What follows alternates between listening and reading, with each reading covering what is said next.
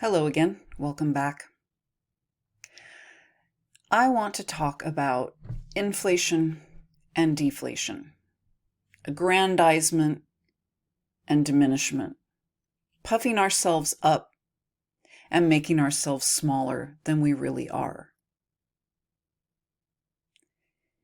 Inflation and deflation of the self and the self-image is a pretty common response to perfectionism, right?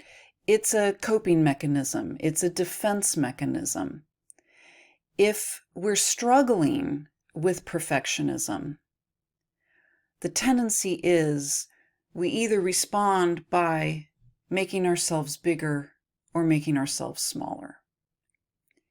And each of us has a tendency more towards one or the other, or some of us are really clever and we just ratchet back and forth. We inflate ourselves and then we feel bad and then we diminish ourselves.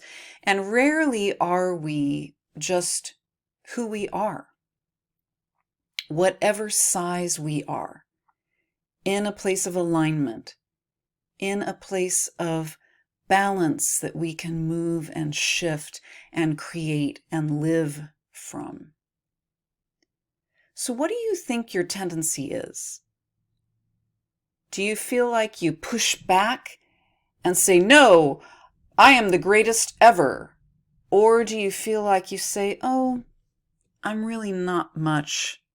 I'm very small, very little. Don't look at me. Don't notice me. Look at me, look at me, look at me.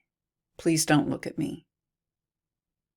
I'm going to prove myself to you, or I'm going to hide myself from you. Or some dance, some fight, some combination of the two. This module, I just want us to notice.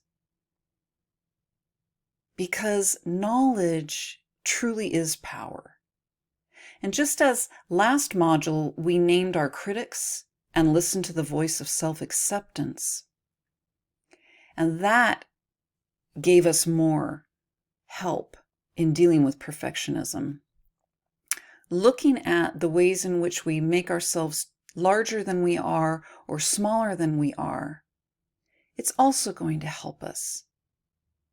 It's going to help us deepen our relationship to self and deepen our relationship to our creative practice.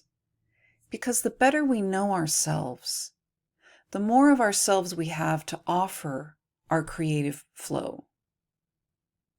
And the better, more stable our creative practice becomes. And the more we can create.